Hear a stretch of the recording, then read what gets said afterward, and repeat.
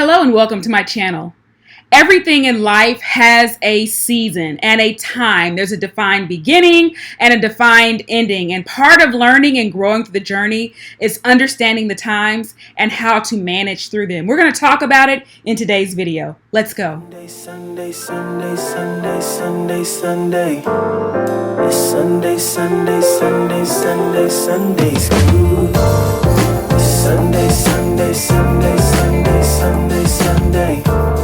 It's Sunday, Sunday, Sunday, Sunday, Sunday. The Boy Jesus is our International Sunday School lesson for July 12th. My name is Waynell Henson. You know me as that Sunday school girl, and for 5 years I've been in this space, changing the way that people see Sunday school. Welcome to this lesson. It is a fantastic lesson. It's a narrative. I always love the New Testament because they're kind of like stories that you read and you understand everything that's going on, but never underestimate it as just another story. There is a lot to unpack in the life of Jesus, and this week, although it is a familiar lesson, there is so much in here, and I'm excited to be in this space to compare notes with you. Before we get into the lesson, you already know that I need to say hello to some very special people. Those are the folks who are new around here, so if that's you, allow me to say welcome. You have just joined the largest cyber community of Sunday school students on the World Wide Web, and we're all so glad that you're here. We are one happy family, and we're inviting you now to connect with us. So look down below for the word subscribe.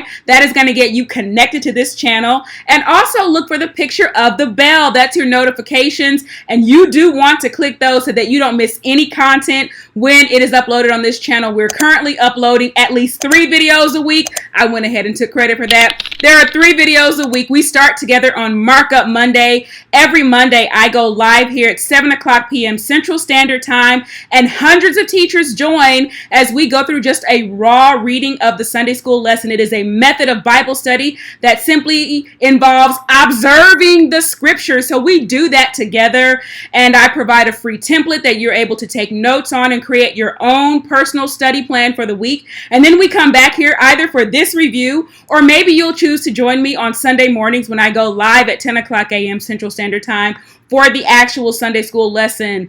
Also, during the shelter in place, I have been providing a short review for the children. It's been going up on Saturdays now, but there's also a kids pack and lots of resources that are available for you. So get connected. Make sure that you've clicked subscribe, the bell, that you're connected to that sundayschoolgirl.com. There's a resource hub for notes. This is the space to be if you're looking for amazing resources for Sunday school. Also, everyone, if these videos have been helpful to you, if you're enjoying this content, do me a favor and just click the thumbs up like button. It doesn't cost you a thing to do that, and it is so encouraging to me, and it lets YouTube know the kind of content that you enjoy. And finally, anyone and everyone, you're welcome to leave comments down below. I do get a chance to read those, and I love being connected in this community. Listen, if you missed the announcement on this week, Step Summit 2020 has gone virtual. If you are looking for dynamic Sunday school training, we're not going to be defeated. This is my second Sunday school conference,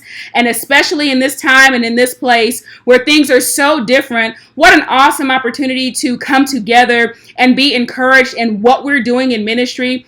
I continue to say that the way we are ministering has changed, but our assignment has not. And so I invite you to join others who are already signing up. Go visit stepsummit.com. Here's the website. That's with 2 S's. Sunday School Teachers Equipped for Purpose. And we are going to come together for 2 dynamic sessions where we are going to be all in as it relates to ministry and how we can serve better and more effectively in this time. I would love to have you there. All right, let's talk about the boy Jesus. The Bible basis is Ecclesiastes chapter 3 verses 1 and 7 and St. Luke chapter 2 verses 39 through 52.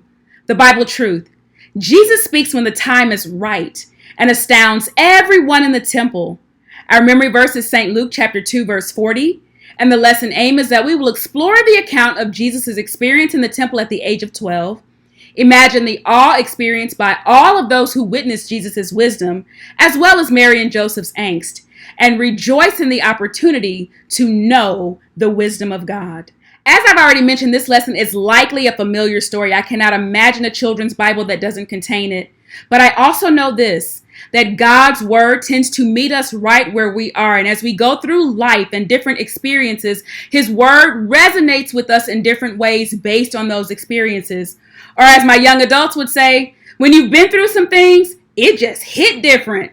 And so as we look at this lesson, I know that I found it very substantive, and there's so much inside of it as we explore this story of Jesus as a boy and this experience with his parents. I actually tried to get my own mother to join me for the intro of this video. I wanted to know if she remembered a time that I got lost in a department store, but she's not much of a video person. If you are from Kansas City, Kansas, you remember the Indian Springs Mall. Moment of silence for Indian Springs. And it was in Montgomery Ward where I got separated from my mom. And I remember looking all around in the women's department.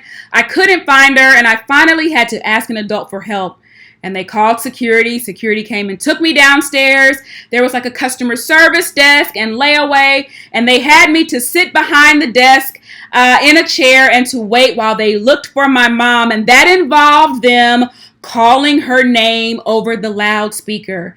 And no one wanted your mom's name called over the loudspeaker, but it told her to come down to customer service, and that's where we were reconnected. And I have to wonder what it feels like for a parent in that moment. I can only process it from the child, but I was asking her, what did it feel like in that moment to be separated from your child and not to know where they were? That's exactly the experience that Jesus's parents have in this week's lesson. We are in the book of St. Luke, and Luke, as a writer, gives us a lot of detail. He was a physician, and so he's always a joy to read because you pick up things in his writing that you may not see in others, or details in his writing. And to that end, he is the only writer who gives us this account of Jesus as a boy, a very provocative lesson title. But as I look at it, and if you think about it, we see the birth story of Jesus and his movement even as a babe or as a toddler.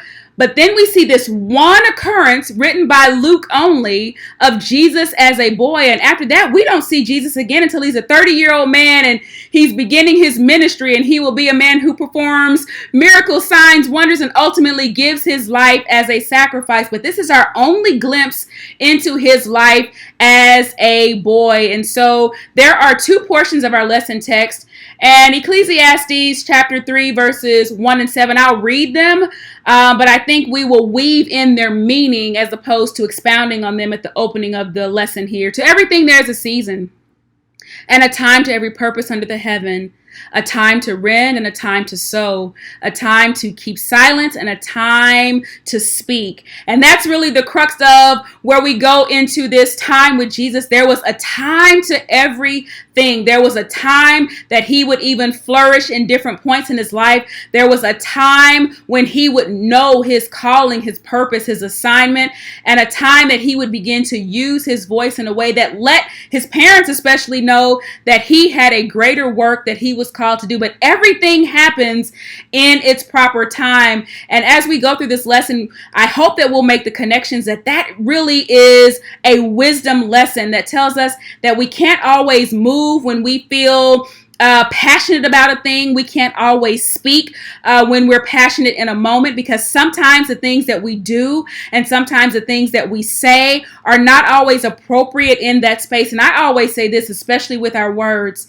I reserve the right to come back and speak, but if I use my words in a reckless way, I can never pull those words back in. So as we look at St. Luke chapter 2, verses 39 through 52, it tells us that when they had performed all things according to the law of the Lord, they returned to Galilee, to their own city, Nazareth. And the child grew and waxed strong in spirit, filled with wisdom, and the grace of God was upon him. So chapter 2, if you go back to the beginning, it takes us through the birth of Jesus Christ. This is the flow from his birth to this point of being 12. A lot sort of happens in here, and it takes some cross-referencing to figure out some of the pieces.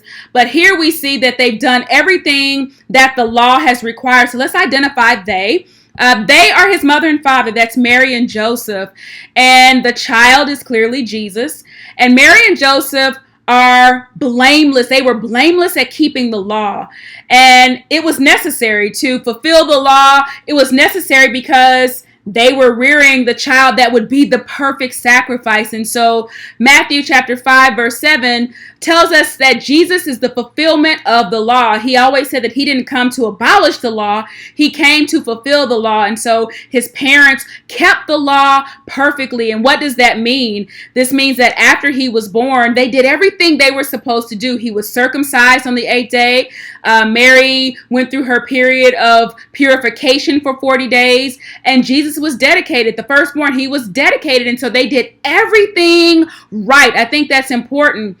Also, it's important for us to see that there's been some movement, and we don't pick this up in Luke, but if we see here that they are moving back to Nazareth, where have they been? At the beginning of chapter 2, Joseph leaves Nazareth to go into Bethlehem to participate in the census. He takes along with him his wife, who is quite far along in her pregnancy. And while there, she gives birth to the baby that they call Jesus. This is his birth story. But Herod was not at all excited to learn about Jesus being born. In fact, he was threatened by this. And so he puts out a decree for all male babies to be killed. And Joseph is warned of this decree in a dream. So instead of returning home, he flees with his family into Egypt. Well, after he finds out about the death of Herod, he is prepared to return back into the region of Israel, but he finds out that Herod's son is now reigning, and he was afraid to go there. And so God warned him to leave the region, and he went to Nazareth. So here we are with the fulfillment of prophecy that Jesus would come out of Nazareth. The child is reared here from this amazing and celebrated birth story and this movement with parents who were only trying to protect him. Now here is Jesus who grows and matures in the city of Nazareth. And he had an experience as being fully God, yet fully human. And so we see that he grew spiritually, he grew intellectually, and he grew in grace. He got stronger. He was filled with wisdom, and God's grace was upon him. This was an interesting note because we talked about John the Baptist last week, his cousin. And it is said of John that he grew and became stronger, but he is distinguished here. Jesus is distinguished from John because he grew in wisdom and in grace. And so some similarities, but Jesus is clearly better. And now we see in verse 41 and 42 that this is the time that he goes to the Passover with his parents. Every year his parents went to Jerusalem, an annual 8-day feast.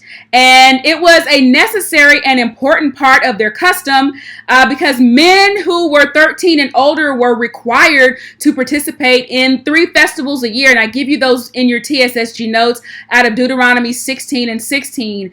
And I thought this was important here to watch the leadership of a man and leadership of parents. First of all, a man who took his family with him to this annual time of worship and a festival, and looking at parents who thought it important to have their child with them as they went to this traditional time of worship.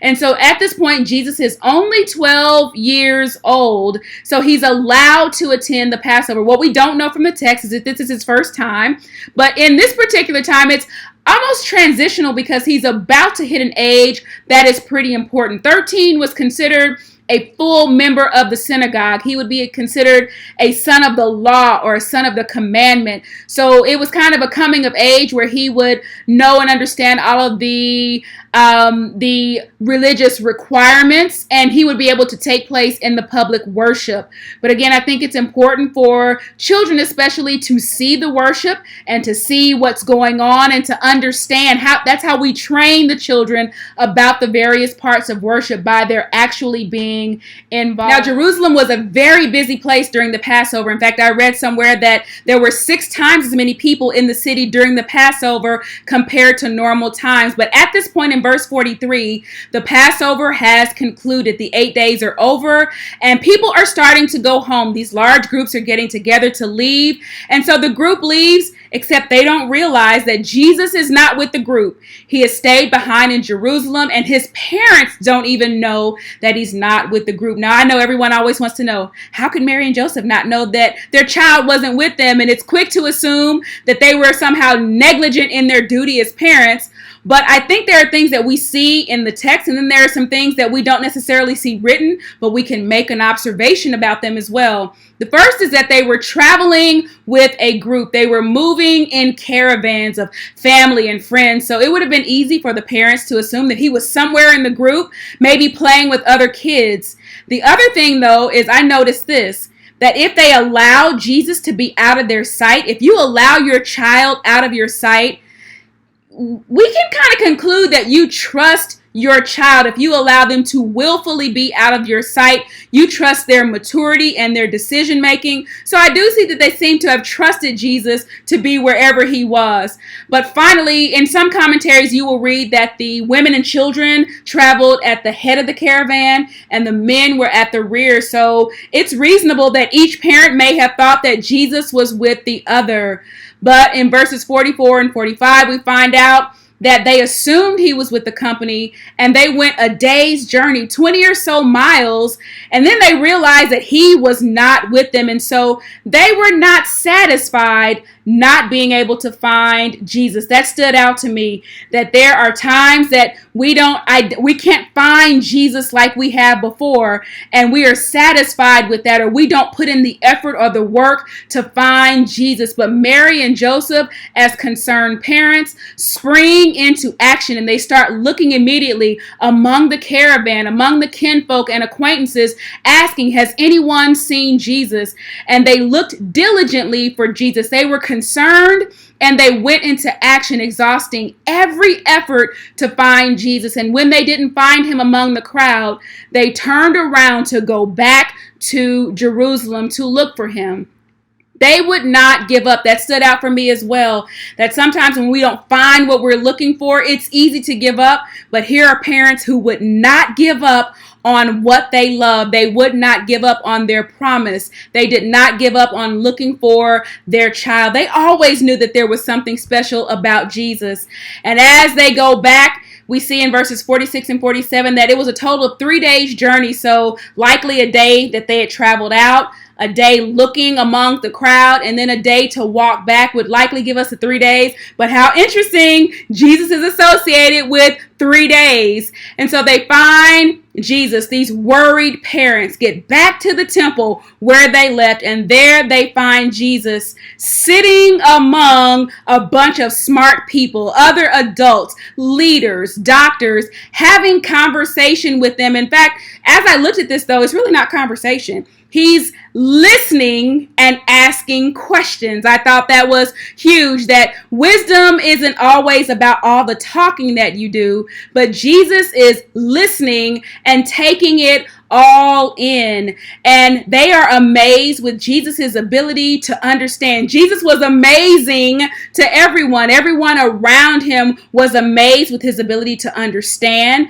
and the responses that he gave. And I'm sure even asking good questions, he was trying to understand more. This was clearly a transitional or pivotal time for him. And we see that even as his parents began to engage, they seem to be relieved that they found Jesus. And when they see him, they too are amazed. There's still a lot of tension here as far as I can tell. So, like any other parent, when they've lost a child, there's that energy and the adrenaline and the anxiety of finding that child. And when they found him in verses 48 through 50, they're amazed with what they see. He's sitting among these leaders. He's having these conversations.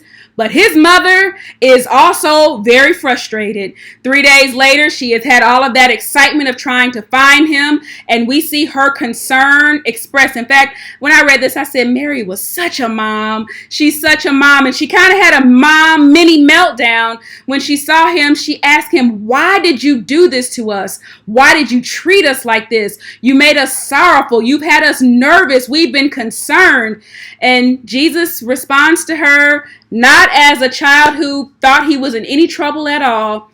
He speaks, and he seems to address his duty to his earthly parents to respond, but he addresses it in light of his call and of his purpose. It seems like he might have been more aware of the drama that he had caused, but his deity and his sovereignty is largely on display here. He's not presenting as a 12-year-old kid. He seems to assert his authority as God, and in that moment, he looks at her, and this doesn't seem to be a big deal to him. In fact, he says, like, hey, why were you this worried? Why were you concerned? It was almost like a little rebuke. And he has to remind her that I'm not just an average kid walking around here. In this moment, he seems to be very clear in his identity, his purpose, his call, and his destiny. And he's also very comfortable in his Father's house. He says, didn't you know? Like, when I wasn't with you, didn't it occur to you that I would be in my Father's house, because I must be about my Father's business? And what a huge moment for him to make that kind of connection and that announcement. And if you look at Mary's question, she says, your father and I have been concerned. And Jesus in that moment says, I'm about my Father's business. So his earthly father was present, but he was so aware of the assignment of his heavenly Father, the assignment of God. And it was time for him to be about his Father's business. And we find out that his parents did not understand this moment, but they would much later on. In verses 51 and 52, this is when Jesus gets up and he goes back home with his family, with his parents, and we find out that he is subject to his parents, meaning he obeys his parents for the rest of the time that he's a child. And so his mother, even though she didn't understand that moment, we see here that she kept all of these sayings in her heart, and Jesus increased in wisdom and stature and in favor with God and man. When Jesus goes home, think about this. And I tried to process it. He would not always be subject to the will of his parents. But in that moment, he went home with them to Nazareth. And it was also interesting because he had to assert that moment in the temple, because the way his life was about to go, he would not always, in fact, he didn't even ask for permission to stay in the temple. And for the way he was about to go, he was not always going to be able to ask his parents for permission. And there would be things, not only this moment, but there would be so much about his life that they wouldn't understand. And so even to the death of the cross, that wouldn't have been anything that any parent would have given their child permission to do. And so there would be plenty that his parents did not understand. But in this moment, he obeys his parents. And I saw that as an act of wisdom too. Children can operate with wisdom, and it was wise for him in that moment to obey his parents. And we see that he grew again in wisdom. He grew physically. He grew in favor. And this is also the last mention that we see of Joseph.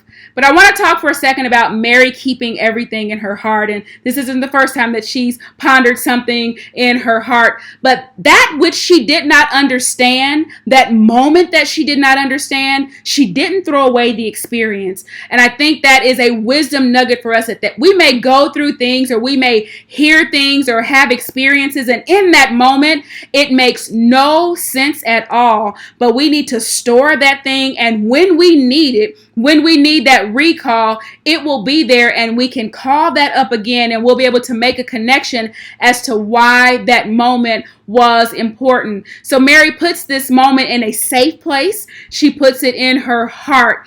And I also thought about the fact that she didn't understand the moment. And so how many times have we not understood something that God was doing, and we looked to understand, we were frustrated that we didn't understand, and we actually asked questions. She questioned Jesus, and we question when we don't understand, and we may not always get the answer, but again, it doesn't mean that we lose the experience, because that is what we store up and we call on it at another time. And when it needs to make sense, God will bring back what we need to our remembrance, and he will cause it to connect. This is the only time, again, that we see Jesus as a boy. The next time we see Jesus in scripture, he's at the river with John the Baptist to be baptized. He's a grown man. But what incredible insight that we get from the life of a 12-year-old boy, and so much insight into the life of Jesus, so much wisdom here. Here are my key learnings. We are continuously growing and maturing. That is the beat of our lives. And as disciples, we are not just to gain information about Jesus, but we are to grow and to develop our relationship with him. I think there are lots of lessons and lots of conversations for those of you who are parents here. You have a duty to your children. You have a duty to rear them with care. You have a duty to rear them in the fear and the admonition of the Lord. You have a duty to rear them in the right environment. Even look at the caravan that Jesus was traveling with his parents. This had to have been a trusted community of people. For them to let their child, run freely among this community, it had to have been trusted. And so make sure that you are in a trusted community, whether that is, and if you look at Jesus, he was in a community of family, friends, and faith. So be mindful of the community that you allow to be around your children. The community will influence your children, and you want to make sure that it is both valued and trusted. I also noticed this.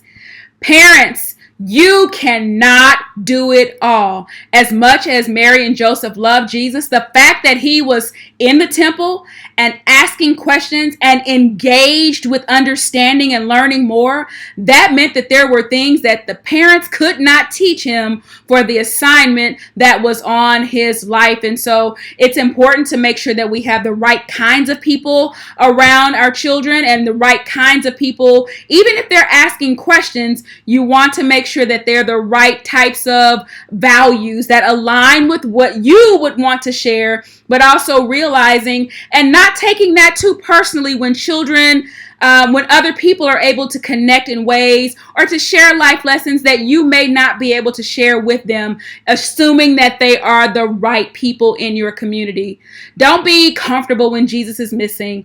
I mentioned that sometimes when we are not as connected with Jesus as we should be, it's easy to just let things go. But when we realize that we're not as close, when we can't find Jesus, we ought to be concerned and we ought to spring into action just like Mary and Joseph did so that we can find Jesus. Don't let Jesus stay lost. Find Jesus. Also, we can be comfortable in our Father's house. If you look at Jesus, he was so comfortable in his Father's house, and we should be comfortable. I don't know about you, but I miss the house of the Lord, even in shelter in place. I know that we are the church, but I miss going into the physical house of worship. But we can be comfortable in our Father's house. There is wisdom that we can gain, and I thought this was so important. And it goes back to the connection with Ecclesiastes, that to everything there is a season, and we have to learn when to speak and not to speak.